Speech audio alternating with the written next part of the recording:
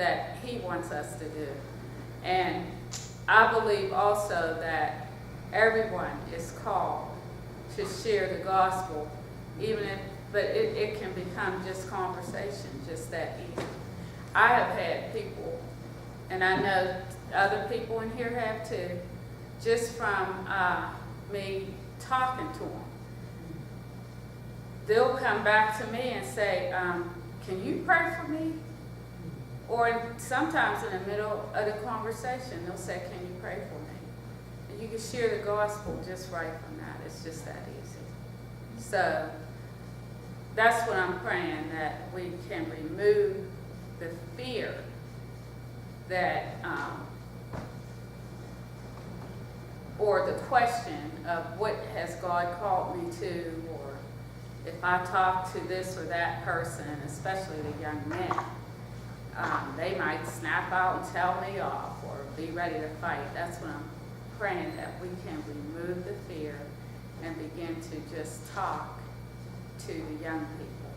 And if you see somebody and just say hi, after a while, you're going to say, hi, how you doing? And then after a while, you'll begin to talk to them. So just getting out there and beginning to talk. I would like everybody Say just, hi. I would like people just to think about this one thing. You know people who feel the same way that you feel, that somewhat the same way that you feel. You need to call them together. Just bring them together. Because we just got to start coming together. We just got to say, okay, even though I might go to that church, but I'm coming out. I know folks who feel the same way I know, even people in my church. You got to say, look, are you interested in trying to change something? Outside, even from the pastor. Because if the words that we're king and priest, then we can do these things. We got to begin to open dialogue with people we know that have the same outlook that we have. And they would do something, but a lot of times people feel they're out on the island by themselves. Say, no, you're not out on the island. We want to come together. It's time for, even from this group right here, this thing can grow.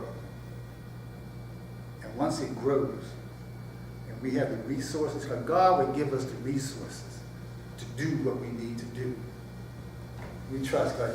Like I said, He'll take care of everything. We just got to go and do. And there's people thinking like we're thinking, but they don't, but they go that Sunday, Monday thing. Sunday, Wednesday. They got to be more than a Sunday, Wednesday. But we got other days. You only rested one day. Am I right? You only rested one day. And so we can begin to do that same thing. Your heart, and this thing is all driven by love. It is all driven by the love of Christ that is in our heart. Christ loved us, and He put that same love in our hearts. So we got to exercise to go as He went and did what He did because of love. You know, that's why I say when I can no longer look at Dave like I look at Dave now. I got to see Dave through by the Spirit. I see his body, I see the flesh, but I got to look at his spirit now. I'm looking at his spirit now. Because he's a man of God now. Christ is where God is living and Christ is in him. So I'm looking at the Christ in him and allowing that the Christ is in him to speak to my spirit. Hey man, I'm telling you right now, we do not realize how great the opportunity is. It's just like laid up. You know that's because it's laid up for us. We just got to go get it. It's laid up for us. This land is laid up for us. The people is laid up for us. Because it says the wealth of the wicked. Now what is Satan's wealth? People and land. He looked at this wealth and that. He said, that is laid up for us. We got to go get it. Amen? Amen. All right, so like I said, if you Oh, you have some, Sheila? I just wanted to encourage us in this time while we're praying about all of this to fast.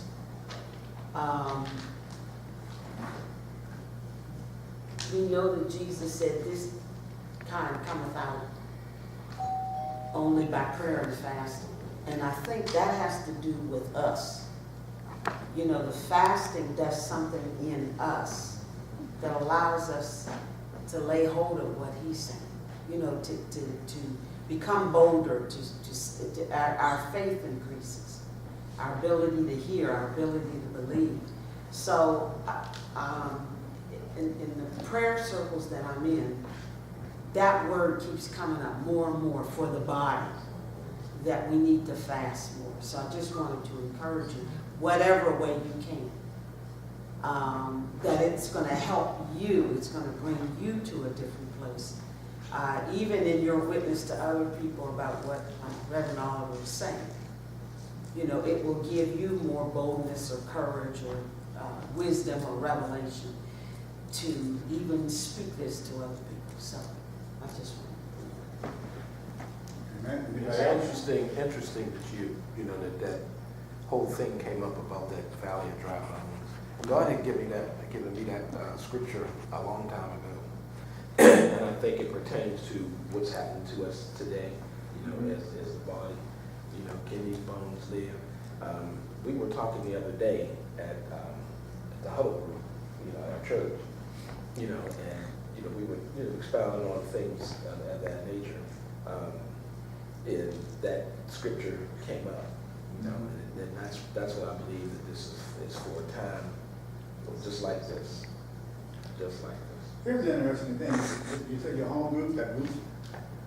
I understand what the home group do. I know we get together, we share the word, we pray. However, that home group can be the start of something else. You can say, look, we come here, we minister each other. Well, that's the whole thing. Yeah, that's what it is. I talked to him, and when I get back from vacation, we're going to sit down and talk. Yeah. More on Yeah. what we're just talking about. Yeah. Because, I mean, we got a group of people already. I mean, we got this, I think we got to begin to stir things up. You know, stir it up. Because we can get caught in just in a rut, in tradition, and just keep doing the same thing, when this world's out here crying. You know what I'm saying? So sometimes we, like yourself, got to step out of what you normally would say, well, I'm just going to be quiet about this, I ain't going to say nothing. But you're going to say, no, look here, we got to start doing something else. Okay? Well, that's what they, you know, I was listening to, I forget who it was that said it, but there was a lady that, you know, she was saying that the church is falling asleep and Satan's singing the lullaby. And he's the one that's singing the lullaby. So, you know, the church has to wake up. Yeah. Will you tell us a little bit about what your prison ministry does, Tom? No.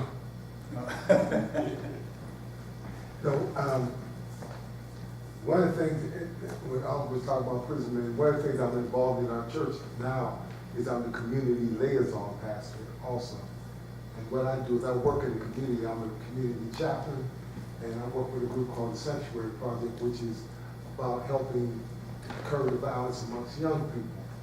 And in what I do, one of the things that we have found the most difficult part is, and Oliver said it, is we got so many things going on in the neighborhood, but none of them were working together. In other words, this one had this program, and this one had this program, and they worked together. And so when we came together, one of the things we formulated was that no two churches or no two groups of people will do the same thing. We won't replicate everything. What we'll do is we'll offer the kids different programs throughout different churches in the community, different nights. And one of the chief of police, because she works with us, she sits on the board with us, she said, well, tell me the nights that you have these programs, and she would make sure a police officer was always present to make sure the kids were safe and they were kept. So we have like a basketball program on Fridays, and one lady has a group of kids growing a garden, put together work camps to help the kids in the summertime make money. But we, as a group of churches and different denominations, all of us diverse in our ethnicities and all that, we work together, and our whole goal is stop violence in the kids. And when we wrote our charter, our mission statement, one of the things in our mission statement, it says that we won't, anybody can sit on the board. Because you get your 501 now, you have to allow everybody to be a part of it, or you can't get a 501. So because of the gay thing and all the things that are going on now that are totally against what we do as Christians, one of the things we put in our mission statement, you can sit on this board, you can come to meetings, you can be on the group, but we only do this. We will not support any other agenda that doesn't help the kids. If it doesn't help the kids or it doesn't stop violence amongst the kids, we don't do it. And in the process, I found out many of board members do prison ministry also, so we can together say, let's start putting together programs to help the families, not just the inmate. Preaching to an inmate is a given. He comes out of the cell just to get out of the cell. But if you start working with the whole family, then you start bringing the whole family under the banner of Christ. And when he gets out, he comes out to a protective environment that says, we're going to help this family grow in Christ. So that's what we're working on right now. Okay. Well, like I said, we got work to do. So I pray that each one take this word back. And if you want to do something, let me know. Want me to come speak to someone, let me know. Hey, because I'm here and we're ready to go ahead and move forward. So I thank everyone for coming out tonight. God bless you. Fish. Oh,